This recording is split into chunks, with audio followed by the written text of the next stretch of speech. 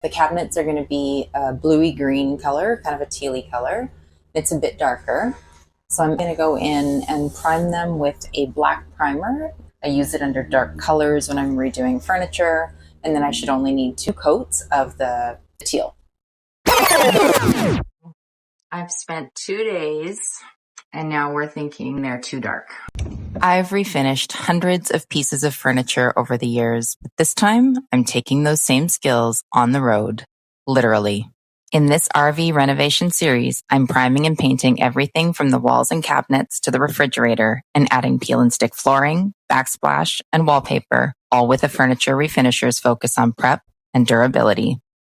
You'll see what worked, what I'd do differently, and how to get great results even in a small space. Hi, I'm Lana, and together, let's make something beautiful, something made for you. I went to the paint store, and that probably, in the camera, I'm assuming, looks white.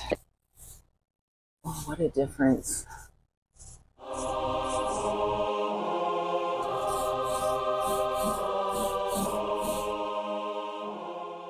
So we're going to see how this color looks. I did 2 coats on it last weekend, and now I'm coming in here to see what we think. It's light, but I like it. So here's why. This right here is the backsplash. This is the wallpaper that I'm planning to use in the bathroom. I'm going to see what I think of the lighter color we plan on using on the walls and on the lower cabinets. It's a really light gray beige color and seems to be working really well, so we'll stick with it. Now that I've confirmed the colors of the upper and the lower cabinets, I can go back and paint the walls.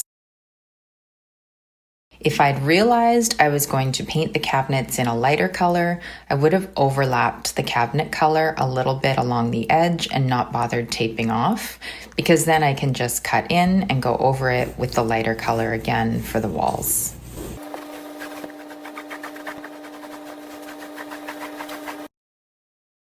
With all the colors decided, I can now get to painting the cabinet doors. When I was taking all the doors off and the drawers out, I did a labeling system. I'm going to put the sticker in the spot where I have the piece and then try to keep it in the same spot.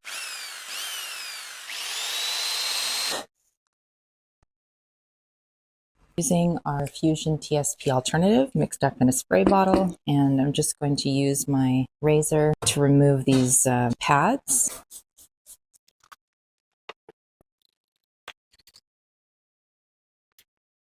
Need to get into these grooves, so I think this one is going to be the best one. It's pretty handy, this little set. I'm just going to use my 220 grit, just a scuff sand. That's all I'm trying to do, just rough up the surface a little bit.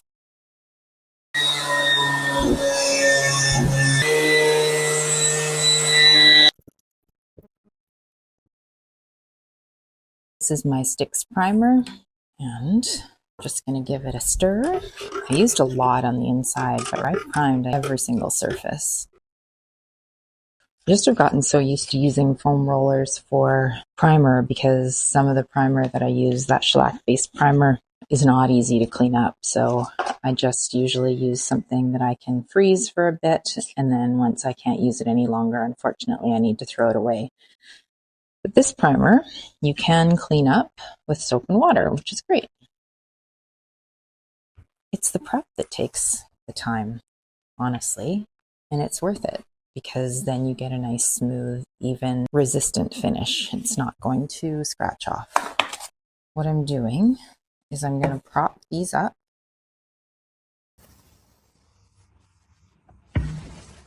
And just holds it up so that I can prime the other side. Time for paint. Using my not very expensive angled Wooster brush to cut in. I do not have a paint sprayer, and I know that I can get a very smooth finish with a roller. But there's honestly something I find really therapeutic. I don't know what it is about painting with a brush and a roller. So now I'm just going to go back to the first one and flip it over And I'm just going to gently set it on here. And again, that should make very little marks, and it'll allow it to dry. And if it does make marks, that's the back. And what I'm really hoping is that I can get away with 2 coats on the back and 3 coats on the front. Let's paint a couple drawers. All I need is the roller for the drawers. I just roll the edges first. And then I'm going to get a little more paint on my brush and do the front. This way, any drips that have come over from me doing the sides, I get to smooth out now. And I'll just do one last roll over top, just smooth everything out. In other news, because I needed more space to lay out all of the cabinets, I bought this folding table. It's really heavy. It may in fact be a very bad idea. I'm going to attempt to take this table out of here by myself.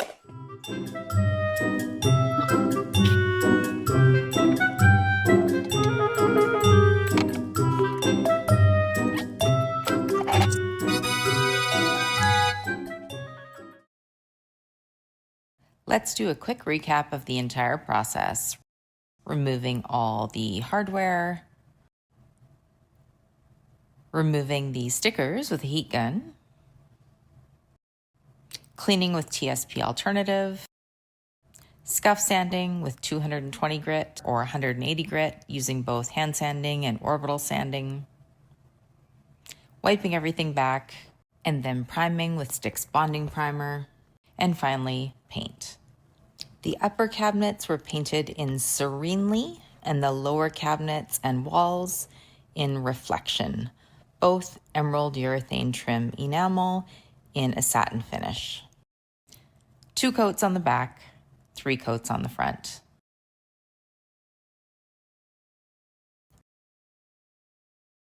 From dated to too dark to light and bright. It would help if I plugged in the sander. This may look like solid wood. They are not. So no hating on me for painting them. What have I done? Oh, good God. Well, the good news is it's covering okay. Ow. Next episode, I'm going to be replacing the fabric panels with MDF, doing all the finishing touches, and reinstalling the doors and the hardware. Hit that subscribe button so you don't miss any projects in this transformation or any more of my furniture makeovers. Thank you so much for watching. Please leave me a comment or a like to let me know what you think.